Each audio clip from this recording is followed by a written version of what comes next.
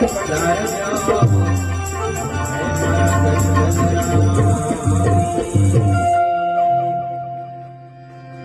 બેઠા છે ત્યાં બેઠા બેઠા ગયા તે કાલિકોળ જવાબ કેમ કે ભગવાનનું અવતરણ થાય છે માટે એ જો તોરે પ્રગટાવો ગુરુ મારા બેટા રે